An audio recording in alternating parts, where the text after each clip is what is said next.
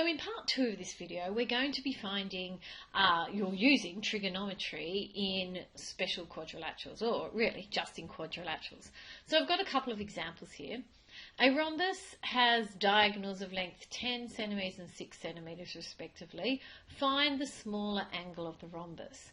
So the first thing, if we get a question like this, is we need to be able to draw a rhombus. And we should all know that a rhombus is like a squashed square, and all the sides are exactly the same.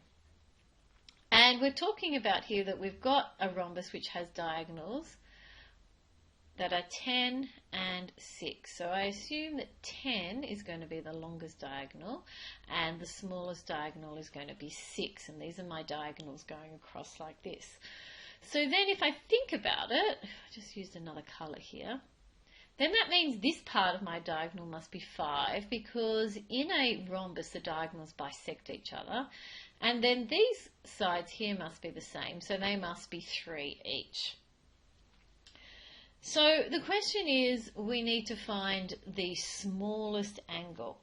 So the smallest angle is going to be more than likely here.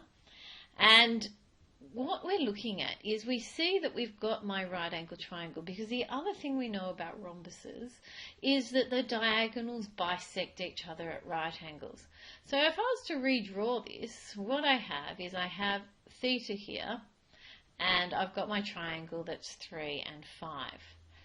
And the smallest angle is always opposite the smallest side. So my smallest side of this triangle is 3, so the smallest angle must be here. If I was after the largest angle, that's going to be opposite side 5, and that would be the angle up here.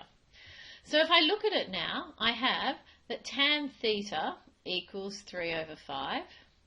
So theta is tan minus 1 of 3 over 5. And we pop that into our calculator, and we get theta is equal to 30.9637 and so on degrees. So what I need to do though is I need to double this, because this is only one small angle and the whole angle in my rhombus is what I'm trying to find out. So if I double it, I'm multiplying the whole thing by 2. Oops, that's 30.9637 and so on. And to two significant figures I get 61.9, oh sorry, to three significant figures, because remembering in IB we have three significant figures. And so we have a therefore statement, therefore the smallest angle is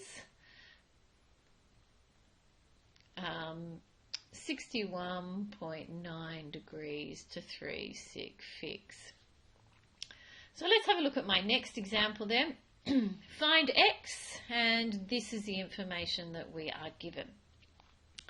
So the things that I'm going to have to do is I'm going to drop a perpendicular, so that I'm actually going to form now a rectangle and two triangles. And what we're trying to do is we need to find this height here. So I'm going to use this triangle here. So that's 65, and this is my right angle triangle.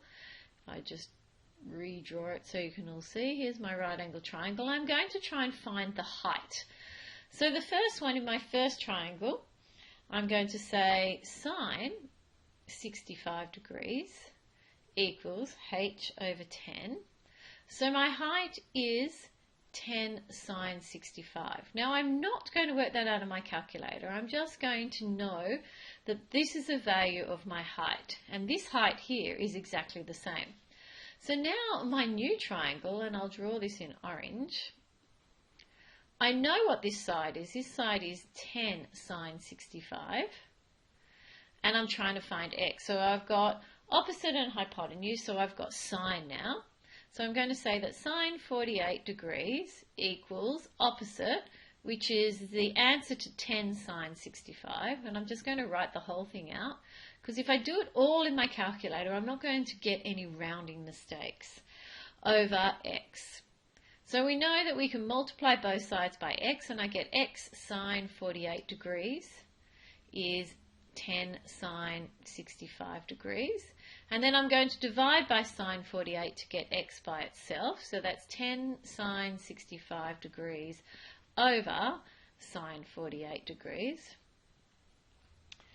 And we work that one out on our calculators and we get 12.195 and so on. So therefore, x equals 12.2 to 3 significant figures.